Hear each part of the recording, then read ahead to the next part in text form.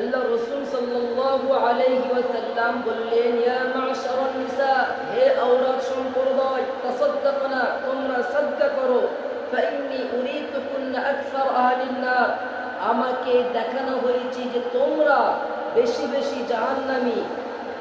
মেয়েরা বলল, কিসের জন্য ইয়া রাসূলুল্লাহ, কি কারণে? আল্লাহ রাসূল বললেন, তুকতিরুনা লানা, তোমরা বেশি বেশি অভিশাপ দাও। আর দ্বিতীয় নম্বর, তাকফুরুনাল আশিরা, আর তোমরা স্বামীদেরকে নাশুকরি করো। মনে রাখা দরকার, এই দুটো গুণ মেয়েদের ভিতরে বেশি বেশি পাওয়া যায়, এই জন্য মেয়েরা বেশি বেশি জাহান্নামী।